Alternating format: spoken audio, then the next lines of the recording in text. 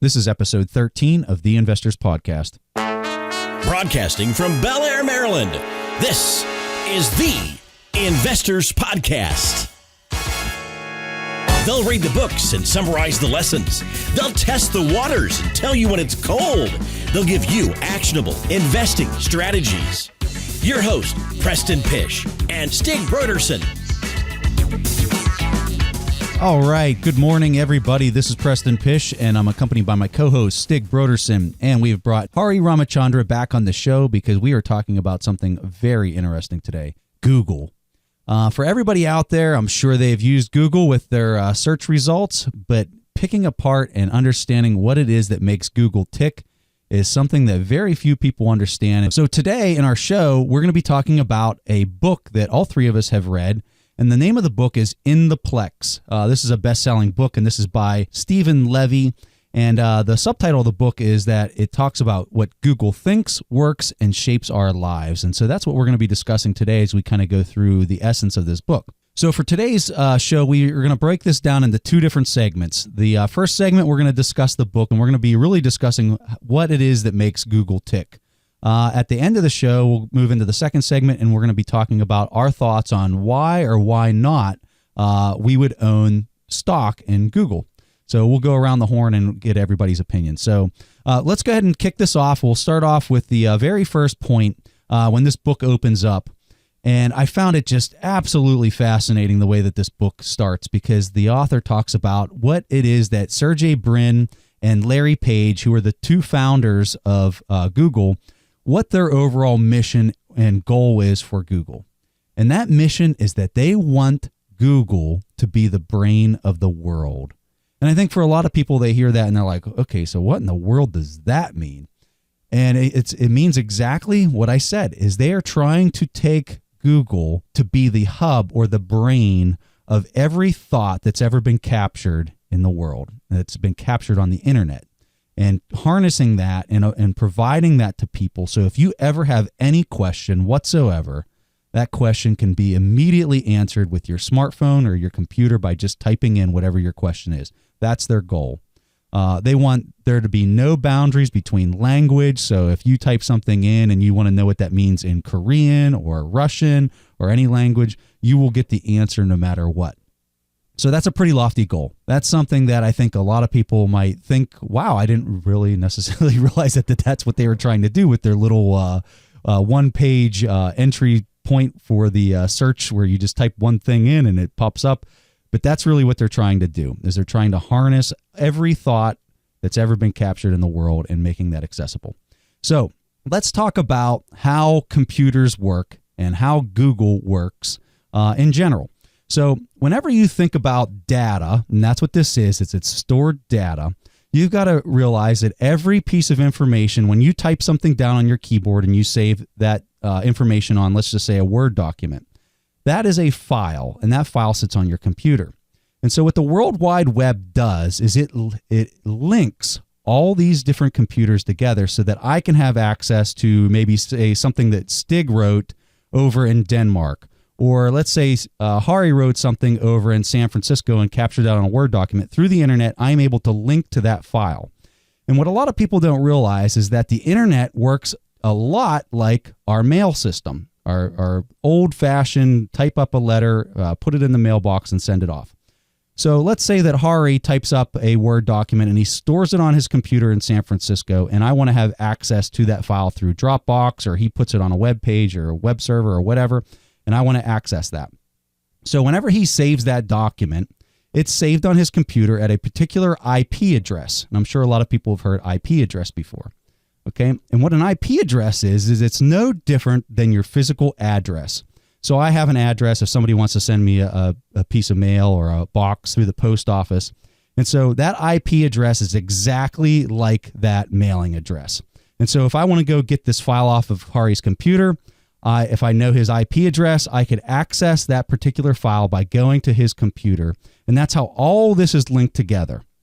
And so what Google does, and let's get back to our discussion on Google. What Google has done is it has mapped the entire world's computers where all this information is saved. Okay, and they've mapped it, they've indexed it. so that they have this all saved on computers that they've had. It's basically like a backup, a copy of everything that's out there. And so they have these massive web servers, they have these massive supercomputers in these data centers around the world, and these computers are constantly looking at everything that's called crawling the web. They're crawling the web for all this information, and then they're making duplicate copies of this information on their computers in order to know what's out there in order to provide you the best search results. So how did Google really become and rise to the top as being one of the top search results in order to find this information? Because if you think about that problem of trying to point somebody to the information that you're seeking, that's a really hard and complex problem, as everybody's typing up all this different information all over the world. So how do you point them to the article that they're actually searching for, and how do you get it right almost every single time? And so how the founders of Google, which is Larry Page and Sergey Brin, did this is they thought about the problem from a different vantage point. Whenever search engines first came out, they were based off of keyword density. So if, let's say, I was looking for an article on tennis, okay, if the article had the word tennis in it 5,000 times, that search result would rise to the top, and that would be the article that would be, showed as the best result. Well, as many people caught on to this, they would hide the text in the document through the HTML, and they would just type tennis about 5 billion times, and then their article would naturally rise to the top. So that didn't work real well because you had really kind of bad content that was search engine optimized, and that's how it rose to the top. And so what the founders of Google did is they did it a little differently, and they said, let's treat this like it's a research paper. And whenever you write a research paper in academia, which both of these students were out at Stanford University and working on their doctorate whenever they founded Google, when they started off with a thing called PageRank, which was what Larry Page had called his first search engine. The way that they framed it is they said, whenever you find a really good research paper, at the bottom of that research paper, it has all these works cited references to other documents, to other professionals that have written about this. And so they said, well, if everybody's constantly linking or showing that maybe this article by this professor over in Harvard wrote the best article on tennis, let's go back to that example.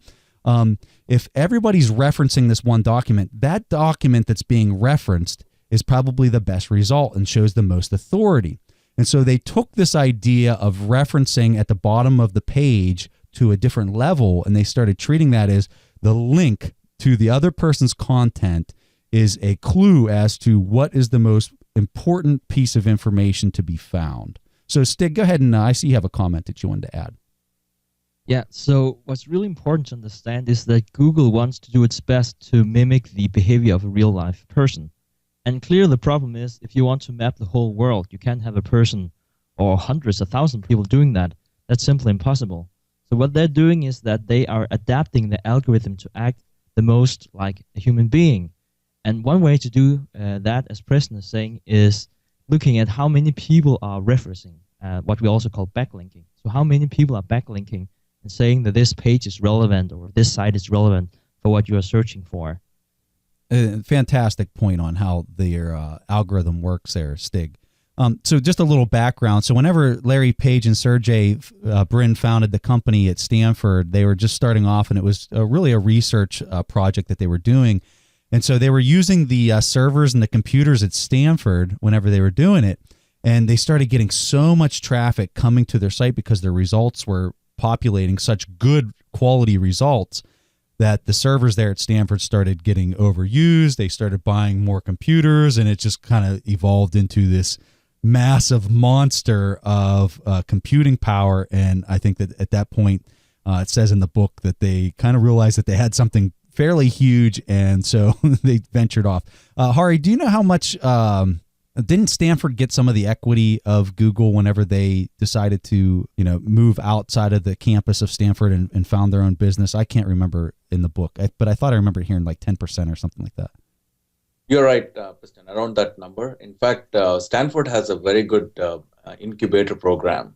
A lot of companies in the Silicon Valley have come out of Stanford, including companies like Sun, Yahoo, and others. And Stanford professors are known to have industry connections and also many of them have founded their own companies as well.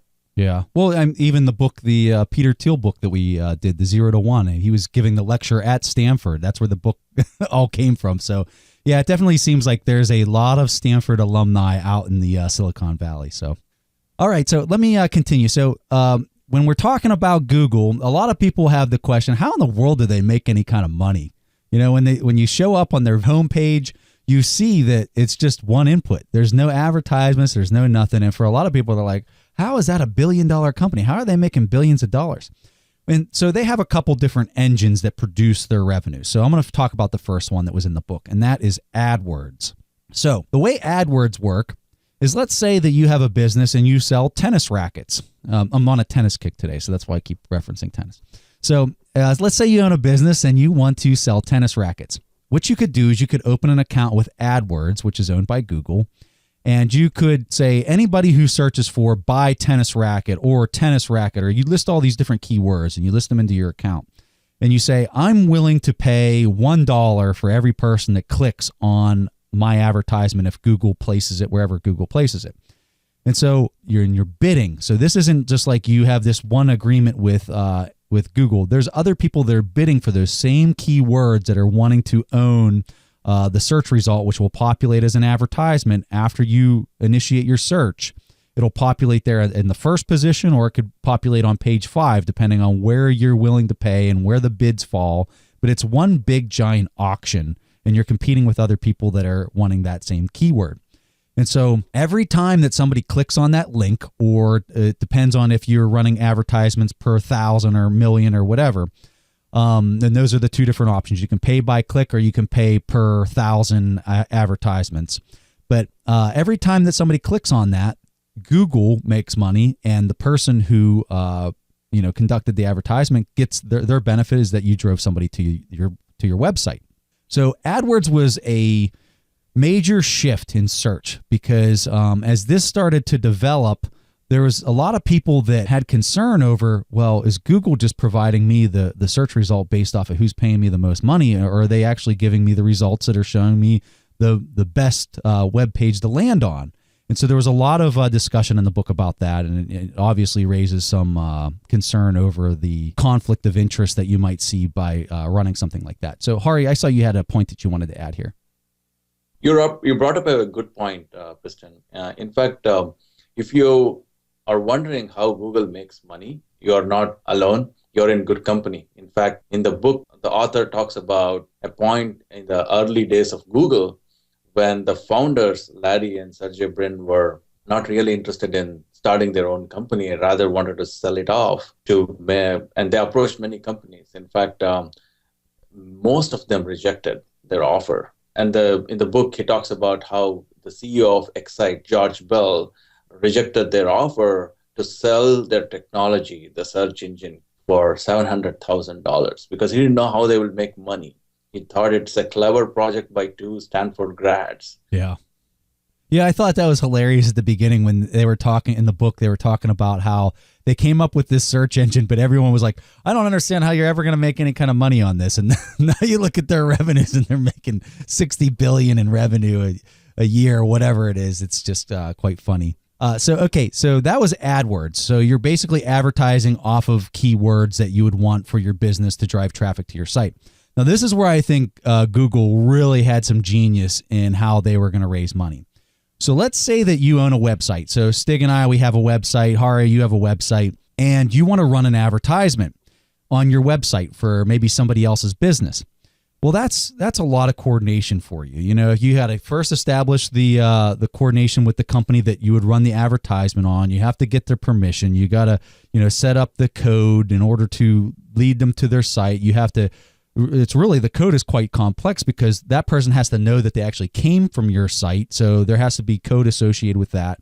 And it's a very big process for a person to run an advertisement. Well, Google came out with this brilliant idea of, hey, let's be that source. Let's just give somebody a source of code. They take that little snippet of code, they drop it into their website, and we'll do the advertising for you. We'll know what that person's looking for, what it is that they want to buy, why they're maybe on your site, and we'll run relevant ads on your site. And every time somebody clicks on it, you as the owner of that website is going to make money. And so this was called Google AdSense. And so it's just an amazing tool for anybody that owns a website. You can just go to Google, sign up for an account. They'll give you a little snippet of code. You drop it into your website and boom, advertisements start showing up. And every time somebody clicks on that advertisement, you start making money. Something that I found really interesting in the book was they had a big debate on how much Google should actually make from AdSense. Sergey Brin had the opinion that they needed to not take too much money from the website owner because they didn't want to introduce a lot of competition into this field. Instead, they wanted to own this field. They didn't want anybody else out there to be able to do it. And this is a common theme that we've seen with people like Sam Walton, Jeff Bezos, where their opinion is, let's not take too big of a margin here. Let's own the space. Let's just dominate this space. And that way we'll never bring on competitors, because if there's large margins, competitors will flock to that type of line of business. And so just something very interesting for, as I was reading in the book and saw that. So as we progressed forward and we kind of look at how Google grew, one of the things that I found just totally fascinating was the size of these data centers that they were building all around the world in order to service all their different customers that were conducting searches. One of the things that Larry Page was just really big on, and they have some really quite funny examples in the book, is the speed at how fast he wanted these servers in order to produce results and to load onto people's computers. So much so that he'd have people come into his office and like bring up certain topics, and he would be able to say, hey, that happened in half a second or 0.6 seconds or something like that, where he was timing people, and people would go back and say they'd reload the page that they were showing him in the office. And sure enough, like he was down to like the 10th of a second on the on his estimation of how fast different pages were loading, and people were just like flabbergasted that he could predict and see that. That just showed people how important that aspect of the business was to him. And so building these big data centers, building these computers that could capture all this information and harvest all that information was just quite fascinating and very interesting to know. So Hari, you had a point that you wanted to add here? Yeah, Preston. So one of the things that a lot of us underestimate is how much of technology and infrastructure is needed to serve these search results. You just see a blank page with Google logo on it and you think, hey, what's so complicated about it? In fact, it's not just the algorithms, but the infrastructure that supports it is huge. In fact, in the book, the author talks about Google having about 24 data centers in 2009. I'm sure it'll be much more now. And each one of them costing $1 billion. He has also a vivid description of one of those data centers, which is the size of 2 football fields and has about 200,000 square feet of space for servers and other infrastructure, and a 4-storied, 18,000 probably square feet facility for the cooling tower. I mean, that's humongous. Yeah. Yeah, and I found it really interesting too, all the different things that they were talking about. To cool all these computers and all this processing power, they've got to cool it. And so they're talking about putting them up in Alaska to Antarctica to having them out on ships and running seawater over top of things in order to constantly cool them and doing it at a really cheap price. I know that there's a lot of data centers that are underground in order to help dissipate the heat. It's just amazing, the technology and stuff that's happening. Go ahead, Hari, you had a second point? Yeah, and one of the things that most of us underestimate is the energy consumed by these data centers. When we talk about stuff going online, we're not buying books anymore. We think we are doing good for the environment because we are consuming less energy. However, data shows that 1.2% of all the electricity consumed in the United States today is by the data centers. To put that in the context, it's more than 20 states in US in terms of energy consumption. So we have to really think hard about the impact of these data centers on environment. And that's why energy efficiency for Google, not only from an economic, but even from an environment perspective, is very important. Hey, one of the points I wanted to bring up was just this contrarianism that we've read about in so many of these other books. I mean, almost every book we read, it's talking about how the billionaire has this just drive to always question or counter whatever it is that the common knowledge is. And so Larry Page really kind of struck me as that person for Google, in that he's just constantly trying to think beyond what most people would expect or think is normal. One of the funniest things I found in the book, they were talking about how Larry Page and Sergey Brin went over to the UK and were having dinner with the royal family. And they brought out this, and this is really, really off topic, but it was so funny. I can't help but bring it up. And so when they were there having dinner with the royal family, they brought out what looked like a little shot of a sauce that they would put on top of their souffle that they had made for them. And so they were sitting there with the Queen of England, and they're having this dinner. And so both Sergey Brin and Larry Page took this sauce, which they were supposed to pour over top of their souffle, and they just drank it, and they just pounded it like it was a shot of tequila or something like that. And I guess the royal family kind of looked over at them like they were crazy. And they were like, as politely as they could say, they were like, you were supposed to pour that over your food, over the souffle. You were not supposed to drink that, And their response, Larry Page's response was, "Who says?" And I found that absolutely hilarious, to the point where it's like, who are you to tell me what I'm going to pour my stuff over? If I want to drink it, I can drink it, It just shows you that's how these guys think. If somebody tells them it can't be done, they're going to do it, and they're going to do it without even question or thought. And I just found that story to be so funny. Christian, that was a very interesting episode. In fact, I think throughout the book, the author has given a lot of instances which shows a complete ignorance of popular culture among both these founders. And one of the things that the author points to is their background.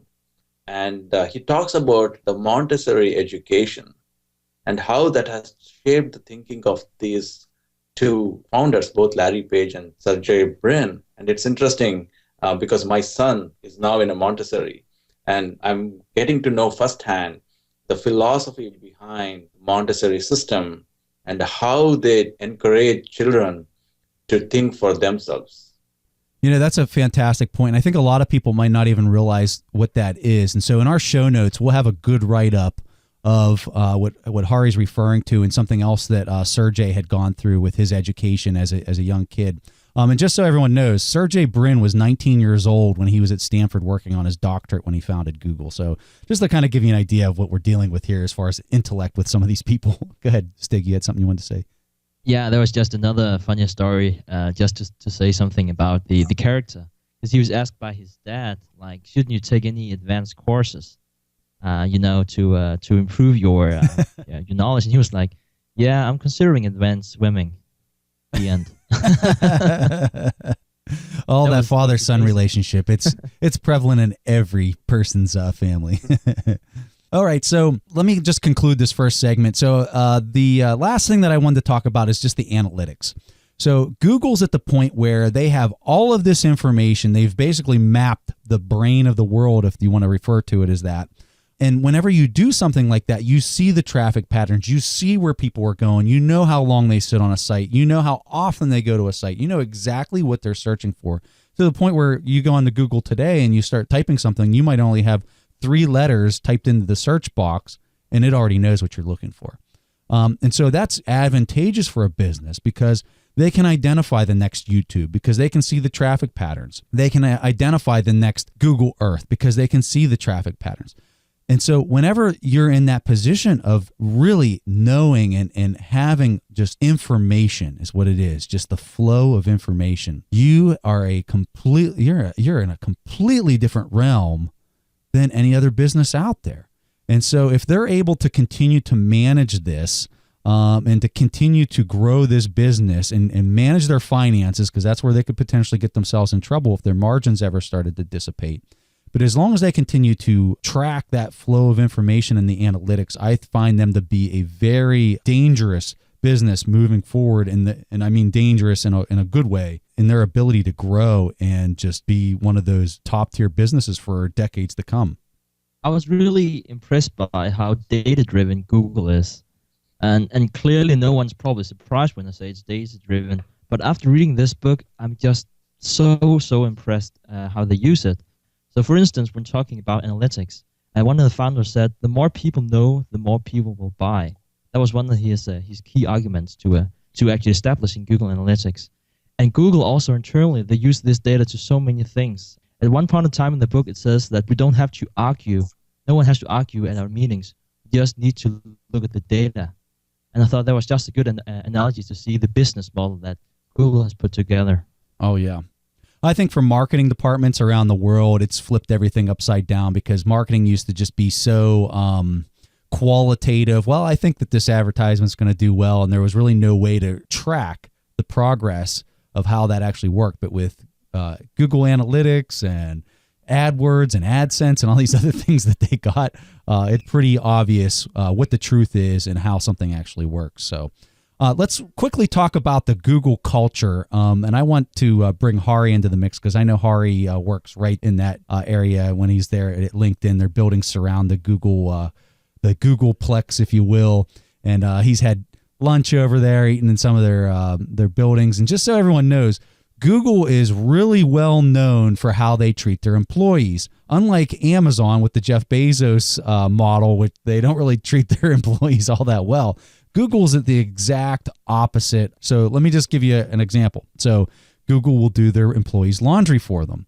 They will have cars there. So if people want to just drive around in company cars, they can drive around in company cars. They have gourmet chefs that cook for people at no cost. You don't have to pay for your lunch. You don't have to pay for your dinner. There's a bunch of Google perks. So Hari, can you give us some of the Google perks that you've actually seen firsthand? Sure, Kristen. You're right. In fact, I feel Google's employees are really spoiled. They will find it hard to work anywhere else. I mean, the kind of perks they get is unheard of. And Google, in a way, is setting the bar for other companies in the Valley, whether it is Facebook, LinkedIn, or any other company, because they have to compete for the top talent. And Google has been striving ever since the founding of the company to have a different contrarian culture. In fact, in the book, the author talks about how both the founders never liked working when they interned in any other company because they just didn't like the culture. And they wanted to kind of maintain that university or college dorm kind of an atmosphere in the company, even when they got big. And they have been striving to do that. And when I read this book, it was very interesting because I have visited those cafes that the author talks about. And the author, Stephen Levy, has done a very good job in describing the culture, the facilities, as well as the vibe that you get when you enter the Google campus. As the company has grown, however, some amount of bureaucracy has crept in. And a lot of talented engineers have left Google to either start their own companies or to other competitors like Facebook as they have found challenges and interesting opportunities elsewhere. Having said that, Google still is among the top destination for many smart engineers, not just engineers in the Valley, but around the United States and around the world.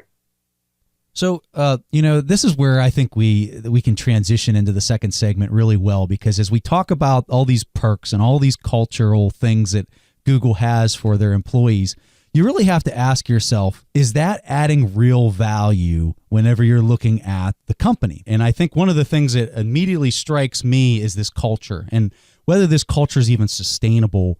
I think today it's easily sustainable just because the company has such large margins. Whenever you look at the fact that when you look at their top line to their bottom line, there's a 21.5% margin there, which is absolutely huge. And this is on their income statement. So every dollar that they bring in, they're effectively keeping 21 cents of it, which that's very high. I think for most businesses around the United States, if you're making 10%, you're doing really well.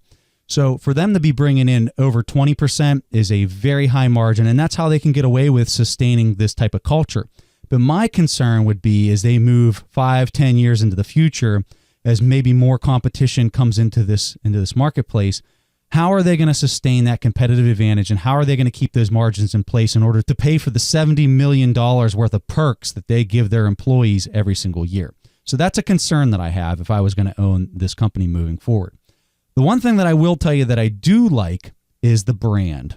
I think that a lot of people inherently just go on the internet and immediately search or bring up Google without any second thought entering their mind. And I think that that's a huge burden for any competitor to overcome. And I think that that's going to be definitely a strength in owning this as their brand. I also think that their proprietary software is of enormous value. I think that their search results are better than other people, and that's going to be something that's going to be also very difficult to overcome. And I think that they're only going to get better as time marches on, too, and as they continue to develop and fine-tune that software. I obviously like the margins, but I just don't know how long we can sustain them. So the point that I have as a negative is also kind of a positive in the fact that I definitely think that their margins, it's going to allow them to continue to grow over time a lot faster than, say, any other type of business. So the one concern that I have, and this is kind of a love-hate relationship that I have with the leadership, I think that Larry Page is absolutely brilliant. I think that Sergey Brin is brilliant. My only concern is that they're kind of like this rich kid who's been spoiled from the start of their life or from the start of their business's life, and that reality has never really set in for them to really go through some very difficult times with the amount of money that they bring in versus the profit that they make. And I'd be really interested to see how they'd be able to handle that if they did come across hard times and they weren't as profitable as they are, and how they would manage that with their business and this culture that they've bred. I think that that's going to be a very tough transition if it ever occurs, which I think it will. So then the last thing is obviously the price for me. And so whenever I look at this just generically, without getting into discount cash flow models or anything like that, the PE on this company is close to 30. That's very high. That's definitely a premium to be paying for a company that with 20% margins. I'm not owning it right now, and I'm not buying it anytime soon. But if the market would offer an opportunity, I would be a buyer. So that's kind of where I stand. Stig, let's hear your thoughts. I don't own Google, and I don't intend to. And it's really not because it's a bad stock. Preston talked about the price, and it's probably overvalued, but it's clearly a very good company in terms of profitability and growth. One thing I do like about Google is that they have been able to apply all the profits that the company has made the last 10, 15 years.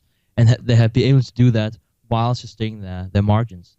And that's actually very hard to do when you're growing as much as Google has.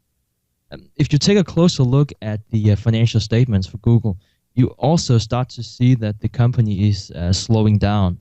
And I wouldn't say I'm concerned about that. I would actually say it's quite natural for most companies at that size. They really can't keep growing at that pace.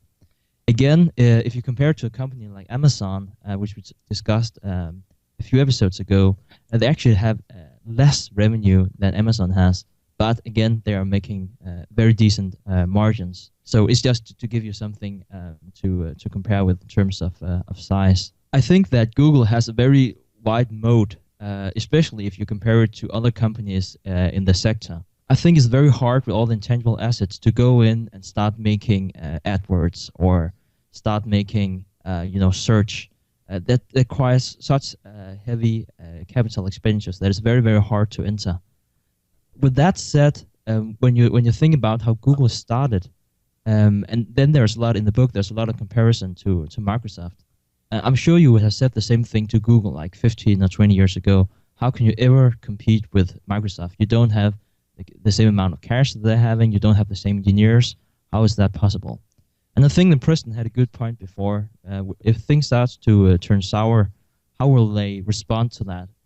When a new competitor comes, is Google really fast enough to adapt to the new changes? As Harry was saying before, the company too bureaucratic at the moment, and will just continue to get worse as they grow. And that would probably be my main concern. All right, Hari, let's hear your thoughts. Yeah, Stig, you brought up a very good point about what people said about Microsoft back in the days when Microsoft was at the top of its game, and out of nowhere came Google. And I was thinking about it. It's already starting to happen to Google when Facebook started gaining prominence in the social area. And as we all know, Google has been struggling to gain a footing in the social space, but it's not in its DNA. In fact, in an interview, Larry Page described Google as an artificial intelligence company that collects massive amounts of data and then uses the data through its algorithms to augment the collective brain of the humanity. That's their core value or core competence. But when they strayed out of their core competence and started chasing Facebook, which the author also talks about in the book, they were seen as an ugly duckling. And they came up with many products like Google Buzz, Orkut, Wave, and now Google Plus, which is known as the geekier version of Facebook. They never actually succeeded, or they never were seen as the top player in the social networking area. Having said that, after observing Google for many years, one of the things that I have understood is if I want to value Google, I should think like a venture capitalist and not like a value investor. Let me explain. If you try to value Google, Amazon, or Facebook in a traditional sense, that is, if you're considering revenues, earnings, free cash flow, debt, margins, you're missing the big picture. These are companies with innovation in their culture, and they have less regard for revenues and profits than most other mature companies that we see in the market. In fact, in many ways, Amazon and Google have a lot of similarities in their operating philosophies. Both companies have an obsessive focus on customers and user experience. They're not afraid of risks and experimenting with new ideas and are extremely data-driven, as you mentioned, Stick. They encourage innovation from bottoms up, that is, from their employees or engineers. And at times, this might seem chaotic or disorganized or even inefficient in terms of use of capital. And both have these visionary, highly ambitious leader. But if you look at these companies, they're more like a VC or a venture capital firm with a strong operating business generating cash, which they invest in R&D and developing their own new products. Some of them will succeed, some of them will fail, and also by acquiring new companies. But they make risky bets. In fact, when they bought YouTube, Android, or the maker of Adsense, there was no revenue in some cases and no profits at all. But after many years, they have made a huge impact on the bottom line for Google. So if I'm trying to value Google, it's very hard because I don't know what's next. Will they lose money in their many bets and lot of spending? Or will there be a hidden black swan in a positive way? Like there might be the next YouTube in their labs. So I do believe, as Kristen mentioned, the law of large numbers will eventually catch up with Google at some point, sooner or later. And there is also a risk that the founders can be overconfident, and there can be a different sort of a group think.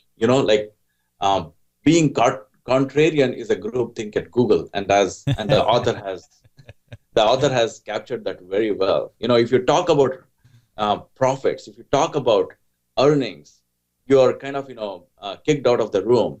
All you have to talk about is changing the world. And one of the things that is interesting about Google is even now 90% or more of their revenue comes from their ads business, which is mostly search and their publisher network. None of their other initiatives has made a dent in their overall revenue or business model yet.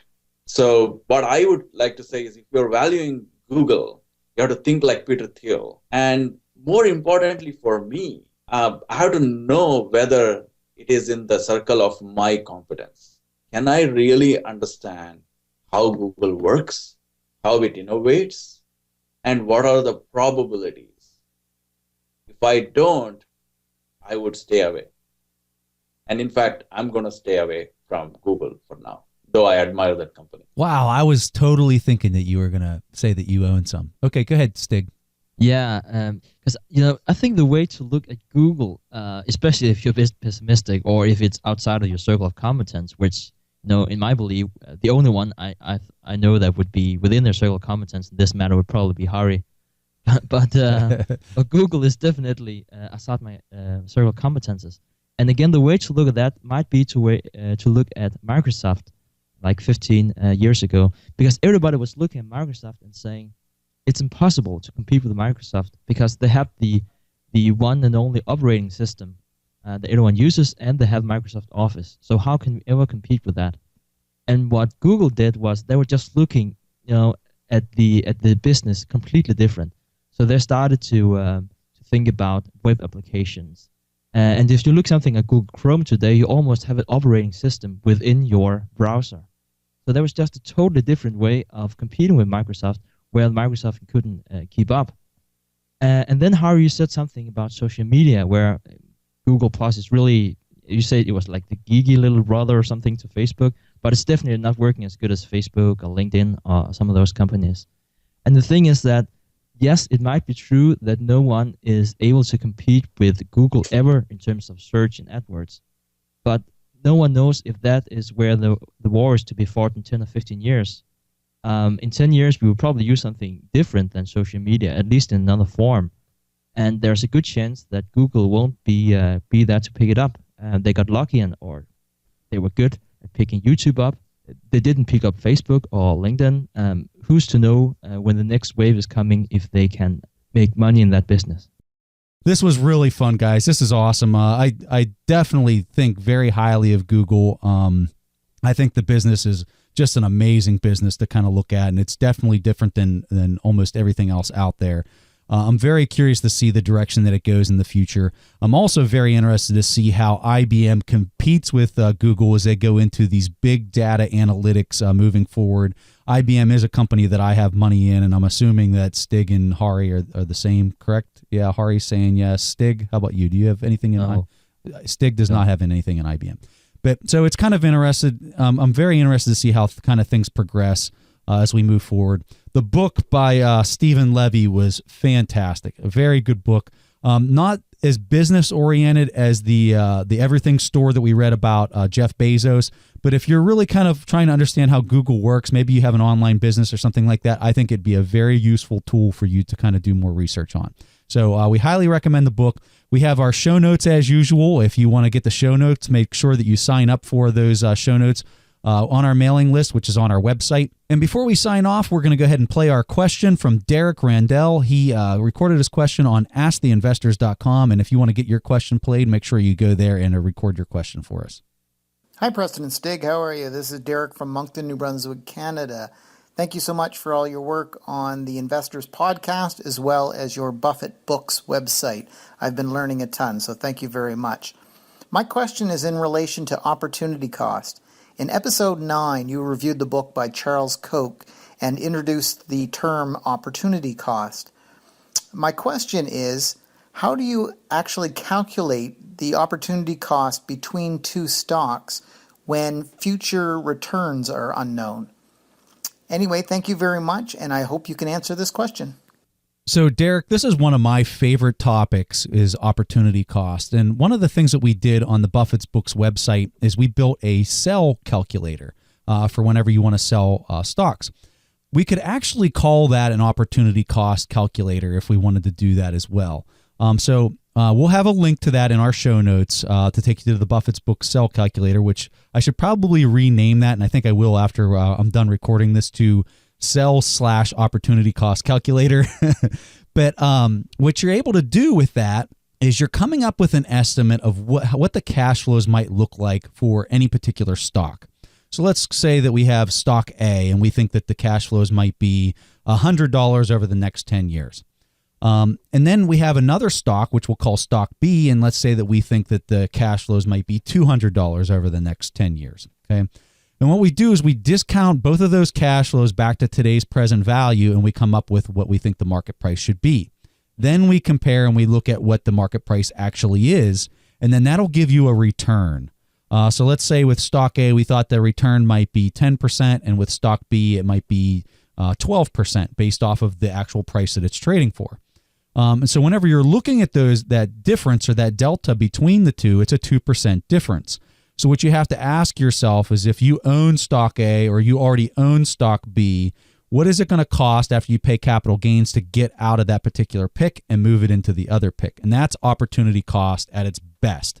So I would highly recommend that you go there, learn how to use that calculator. It kind of works in conjunction with our intrinsic value calculator, so you're going to really need to know how to use both. But if you have any other questions on this, feel free to send us another message, or we can maybe describe it better on another show, or even kind of build a page that describes how the two are worked together, so it's more clear for people. But this is the most important thing you can really understand in stock investing, because stock investing is all relative. It is all relative. The value of one thing is relative to the value of another thing. So you've got to really thoroughly understand opportunity cost. And this calculator, I personally use it all the time. So you could say that I eat my own cooking, but this is something that I would definitely go check out, watch the video on it, and watch the video on the intrinsic value. And I think you'll have a much better idea of what it is that we were talking about. All right, so that concludes our show. We really appreciate everybody joining us. We'd like everybody to go to Hari's website, bitsbusiness.com. We really appreciate him joining us. He's pretty much a staple here on the show. Anytime we read a good book or need to have a great discussion, we always bring Hari onto the show. So thanks for joining us, Hari. And we'll see everybody next week. Thanks for joining us. Thanks for listening to The Investors Podcast. To listen to more shows or access to the tools discussed on the show, be sure to visit www.theinvestorspodcast.com. Submit your questions or request a guest appearance to The Investors Podcast by going to www.asktheinvestors.com. If your question is answered during the show, you will receive a free autographed copy of the Warren Buffett Accounting Book. This podcast is for entertainment purposes only. This material is copyrighted by the TIP Network and must have written approval before commercial application.